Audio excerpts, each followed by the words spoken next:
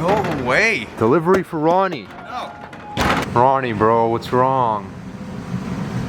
Dude, what happened? I'm sorry, man. I had to clickbait the shit out of you guys. I'm so sorry. There's nothing wrong. There's no catastrophe at the shop. Everything's fine. Basically, they said I need good thumbnails and YouTube titles on the videos, so I figured I'll bamboozle my loyal following. Dude, 4th video and you're already clickbaiting them? Yeah, right? You're teaching me, bro. Nice, dude. Thanks, That's nice. Good shit.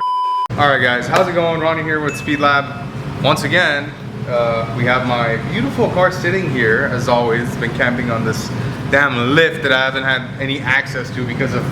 But we're getting closer, Shout out to CM Builds. He managed to cut this V-band, which was a tiny V-band for a zoner rotor.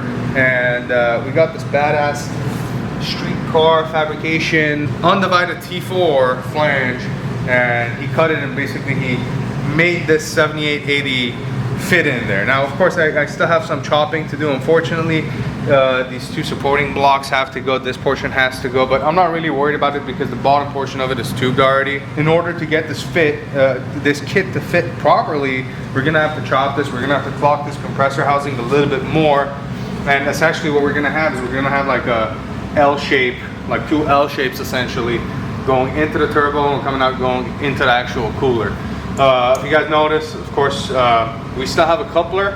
We have a 2.5 inch to a 3 inch reducer. We're gonna get another Vangeon clamp, Vangeon style. It's from Ace Race, but it does the same thing that the Vibrant ones do. Chris from CM is gonna build us that charge pipe. This is considered the hot side piping because this is where the air gets compressed and the hot air goes through this side of the end tank, gets cooled off, comes out of here. This is essentially your cold side. So over here we already have a 3 inch Vangeon. Magnus makes this beautiful pre-made essentially. This just goes on your Bosch drive-by-wire, Porsche style throttle body, and you can just weld a 3.5 Vangeon on this. So what we're gonna do is we're gonna take our 3 inch pipe, we're gonna toss that, and we're gonna have a 3.5 basically all the way. Another thing we're gonna do is we're actually gonna add a secondary blow-off valve. It looks cool, that's one reason, and secondly, when you're running a lot of boost, it's very likely for whenever you actually let off the throttle for the boost pressure, if it's not released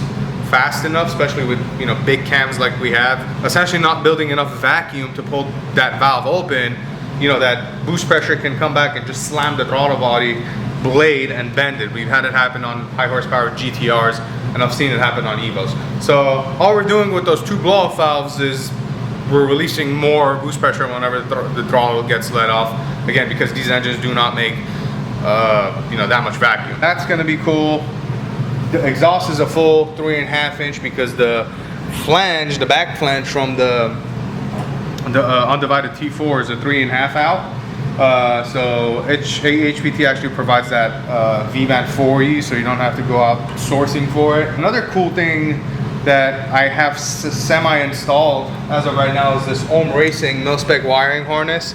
However, there's been a mistake here. This is supposed to go to the pedal, and there's supposed to be one that goes to the Bosch drive-by-wire throttle body, which we don't seem to have. So, but it's super nice because if you look, I've already put a clamp on there, and it's like essentially containing the whole wiring harness, and this is all going to get cleaned up, so it's not going to be seen. But one cool thing about this wiring harness is that it actually has a quick disconnect over here. It's a circular quick disconnect, so if you need to drop the motor or whatever at the track, or even here, we're trying to do it quickly, all we do is we just back this off like that, as such, and that's it. It's off.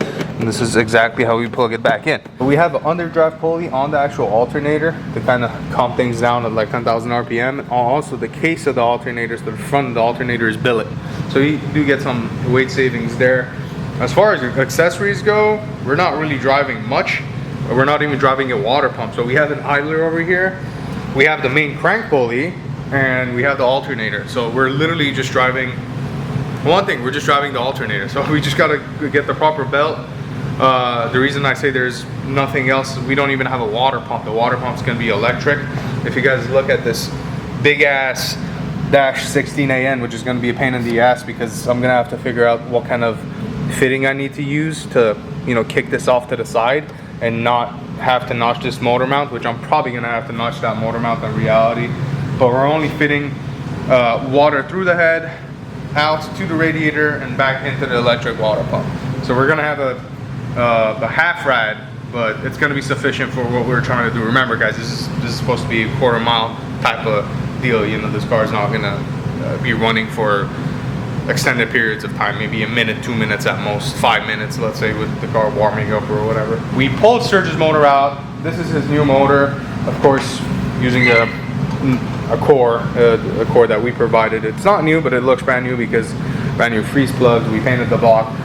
For all intents and purposes, we could say it's new because nobody would know the difference. Yeah, so this is a 2.2 liter long rod, SLR semi long rod as I like to call it, because again, you can only fit a 153 in a 4G6 block. And it's already all wrapped up. One neat thing about this build is we got the Magnus V5 plenum. He did have a stock ported intake manifold, which is great, but when you're trying to go for max effort power, Magnus V5 is the way to go. The AMS F1 manifold was also a ginormous plenum, and it was a great option. Discontinued now. My boy Marco still makes these, so we get it off of him. And anytime I put a car in a 2500 or 1500, I highly just suggest the client to go to a drive-by-wire setup. We can do a lot of fail-safe stuff with this. Idle control is extremely easy. You don't have to worry about sticky IAC valves and stuff like that. You can't use any intercooler piping off the shelf for these manifolds because the Magnus actually sits about 6 inches lower than the OEM positioning of the intake manifold, and they do that for a more optimal angle as far as the port goes. You see how it dips down and it comes back up? That's essentially what they have corrected. So instead of it dipping down and going at a weird angle, you have a pretty small slope and goes in the cylinders. This manifold has great air distribution as well, so you don't get those weird, you know, one cylinder running lean, one cylinder running rich, you know, type of situations with it. So yeah, super happy with that. Is that the all-wheel Miles, drive, yeah. Deggy? Yeah. Shout out to Miles Kerr. I'm not racing that Integra. I had to show my boy support. I'll race that car. That thing's fucking crazy. I've seen it in person. It's nasty. Yeah, it's a nasty car. He's a cool guy. I like him. So over here we have Jarrett's Evo 9, which is an extremely clean Evo 9. It is actually for sale. If anybody's interested, I might be interested. he wants $50K for it, but it's for a good reason. Look at this. Pretty much everything's built. It's a built motor car.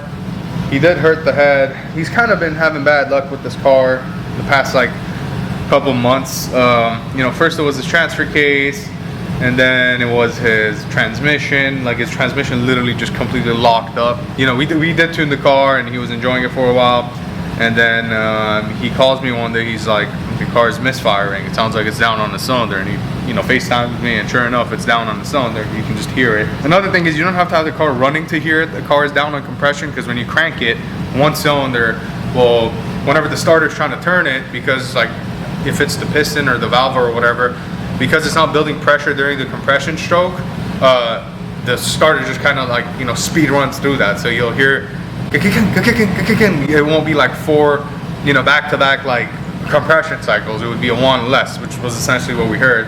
And when he brought it here, I used my extremely expensive $1,700 BK7000 trash ass.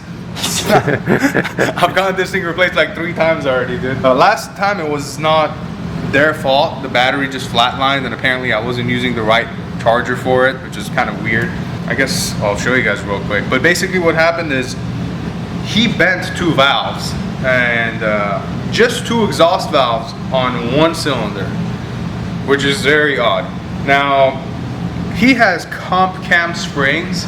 I know Comp makes a dual, well, used to make a dual and a single for this car. They don't make anything as far as springs go for this, for the 4G63 platform. It's about 75 pounds of seat pressure. That's if it's installed correctly and the spring height is checked. 75 pounds of seat pressure is not a lot. And this car was running about 44, 45 pounds of boost.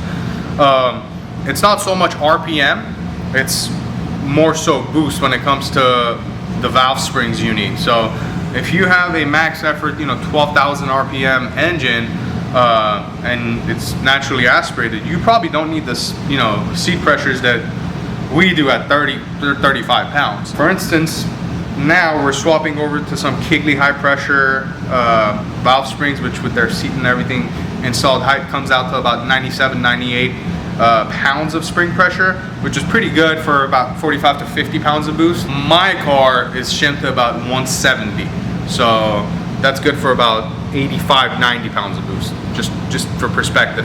However, you can't just take the highest spring pressure spring and shove it in there, because you're literally going to increase wear on everything that's in your valve train. So that's the downside of it. Your belt's going to wear faster, your valve tips are going to wear more, your rockers are going to wear faster, I mean everything, you know, gets kind of jeopardized. It's kind of like a seesaw effect, you know. You want to get the right combination, right? You're not going to put a 72 millimeter turbo on a stock block turbo with stock cams and try to make power. It's not going to make sense. By the time that turbo spools up, you have to shift. You know what I mean?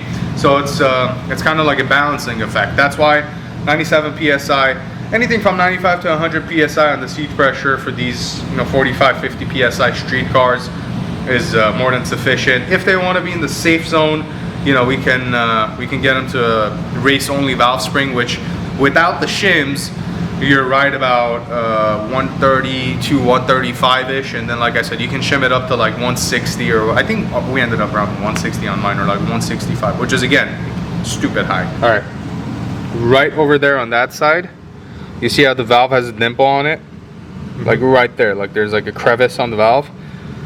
That's been hit. Okay, now we're gonna look at the other valve. You see right there on the valve, you see how it has that indent? Yep. And you see that line that's going all across it? Mm-hmm. It hit the piston. Have you tried to swallow it and look inside yourself? Oh shit. Alright, so I do want to apologize about this, because we have a lot going on. We have a car outside that needs to get torn down too, so we're trying to like hurry through everything. We got to pull the cylinder head next week. I say next week because that's when it's going to be ready, so I don't want to just pull it and have it here. Right now the car drives on 3 cylinders, so it's like a Yaris. But not really. We had a client that we just did a SST FBO head and cam package on his 2014 MR, Evo 10 MR. That car made about 477 and 350 foot-pounds of torque, which for the SST is pretty awesome, because that car does not drop power, that VCT with those shifts. Anyway, when he dropped his car off, his brother wanted to ask me some questions, but that turned into a full-on FBO, literally every single thing maintenance built. So with that being said, let's take a quick look at the exhaust, just to show you guys how stock this is. So that's the stock muffler, that's the stock cat, that's the stock downpipe. However, if you notice, there is no 2-bolt clamps, 2-bolt flanges on any of these junctions. So somebody just welded the whole freaking exhaust together, which now I have to get a sawzall, just, you know, cut this into pieces and throw it away. Got him well, he got this one, I'm not gonna take credit for it. STM O2 dump, O2 eliminator. So what happens here is, if you look at a normal downpipe, which will be sort of right there, right? And then your cat, or your test pipe, in this case we have a Jesse cat, which is the high flow catalytic converter, which is almost, it's like $800 just for that you know, high flow cat. But we don't have any other options, you know. We want to be compliant, you know, we don't want to do anything crazy, you know what I mean? And that's really what's available on the market right now. So that's what we got for him, and we'll show you guys that in a second. But let me just explain how this works and why it's desired. Just put my ginormous tire down for a second. On an Evo 1 through 9, you have an O2 housing, which is this guy. And it's called an O2 housing because guess what it houses? The O2 sensor, right? So that comes here and joins this piece of junk, which happens to be your downpipe. Another cool thing about this that you'll notice is it doesn't have this 2-bolt anymore. So that's been eliminated, and now we have an O2 housing incorporated into the downpipe, which is why it's called an O2 eliminator, because you're eliminating the actual O2 housing. And it just makes for a much nicer, cleaner install. Anytime you can reduce the components in the exhaust system, you're reducing your chances of having leaks because everything is held on by gaskets. Where the wastegate opens, it dumps right back in over here, so it's called a recirculating style wastegate. This one does not. As soon as the wastegate opens, this has a separate chamber for the wastegate gases, and it dumps out. Downside is going to be the fact that it's extremely obnoxiously loud as soon as it opens. If you're not in boost, it's not loud. As soon as it opens, because again, this chamber is completely separate and you basically have an open exhaust here, it's extremely loud. This is what I recommend if you're trying to make all the power on like a stock style turbo. So this is what a Evo 8 turbo looks like. It's a little small there, Not eh? really, man. Compared to... That's a good thumbnail, actually. Right? Yep. That's a good fucking thumbnail, man. He's a YouTuber already. He also had a stock clutch, which for the power that we're going to be making and the miles that this vehicle has, was just not going to be it was not going to be fun. You know, he's spending all this money. I told him, I'm like, look, instead of doing cams, let's take care of this first, because if you don't do this, you know, it's going to slip on the dyno and it's not going to be fun. So we have the HDSS twin. These hold about 580 foot-pounds of torque. Ask me how I know. So that's what we got going on there. There is some leaks from the oil pan, which again, the car with this mileage, over 100,000 miles, it's expected. However, I haven't taken this off yet. We did get him a built transmission, which Tony's right now picking up. So once we put the transmission and, you know, put this side of the vehicle up, we're gonna drop this side of the mount, and we're actually gonna do a timing service. We're gonna reseal the pan, and in the meanwhile, while everything is off, we're actually gonna replace his oil pump. The oil pump is the heart of the engine, so you don't necessarily need to do this. It's essentially they call it a lifetime item, but I like to change it every 80 to 100,000 miles, depending on how aggressively the car is being driven and how much power it's making and the RPMs and all that stuff. This will go into the mass airflow sensor plug because we don't use it anymore because it's speed density, and then this will go into the intake air temperature sensor that goes on the upper intercooler pipe. We also did get him a 2.5 inch lower intercooler pipe because the OEM one's like 1.5 inches. So, you know, a lot of air restrictions in the bottom side of the intercooler as well. And we do have a sheepy 3.5 inch intercooler, which I actually have to make mounts for because for whatever reason, the person he bought it off of did not include them. So now I have to be in charge of doing that, but it's fine. Ronald, why do we have such a big sidewall? I mean, these cars, this is an Evo we're talking about, right? Like, why are you being an extra, Ronald, right? This is actually for my Supra, yes. For the Supra, which we're gonna be filming a lot of content with. For the time being, we're gonna keep it under the wraps. You guys have seen the Supra itself, but not the parts that I've ordered already. So we're not gonna talk about it. We are gonna talk about, Oh, baby. brother. We got some S71s, 7.5 inch back spacing. How did you get these so fast? I had to wait 8 months for a set. Turn 14, brother. Shout out to Stephen Hill. They're gonna look fucking badass. I wanted to get the non-beadlock ones because they're like 600 bucks cheaper each. My girlfriend watching this, I meant $6 cheaper. I have this mentality, buy once, cry once, but I buy a lot and I cry a lot. That's also the problem. So I don't know if I'm being clever about it or I'm just the biggest dumbass that happens to own a shop. So I feel like I'm not making adult decisions properly. But then again, I always have a smile on my face, so. That was it for this video. Just wanted to give you guys a shop update, which I feel like I should do every like third or fourth video maybe, just so you guys know what's going on in the shop, so we're not focusing on a single thing. You know, there's a lot going on in the background, and for us to film every single thing that's going on is obviously going to take, you know, days, and every single day we would have to post, which would not be feasible because every single penny I make I would have to pay to my awesome camera guy over here. Filming sometimes just the random stuff that's happening and just the small projects that we got going on, whether it's maintenance, whether it's like a clutch job, oil change even, and you know, we can you know, just talk about small things like that.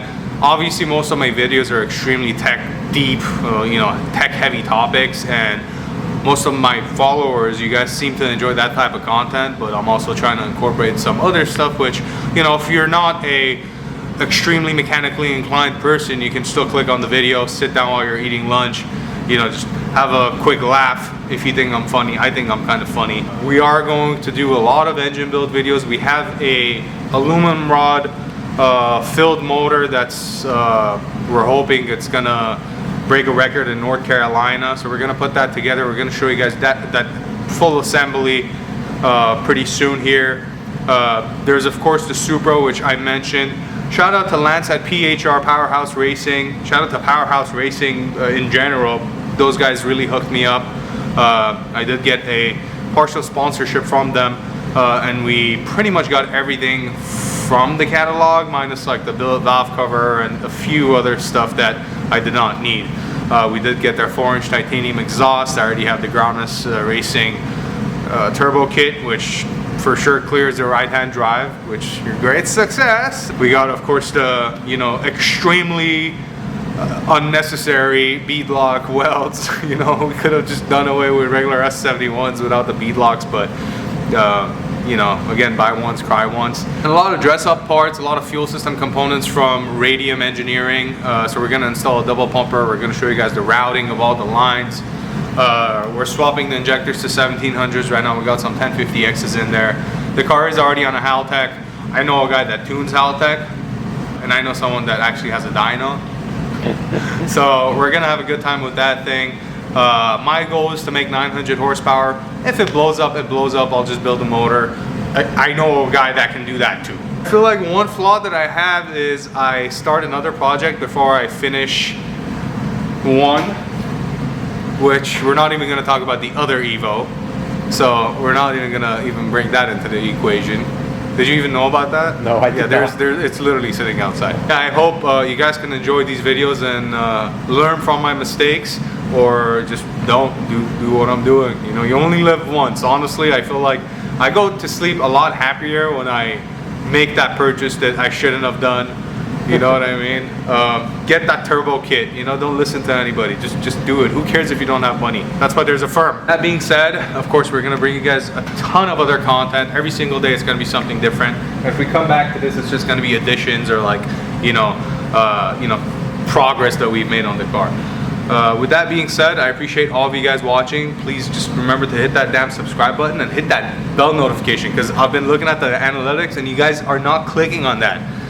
I need you guys to click on that. With that being said, hope you guys have a great day.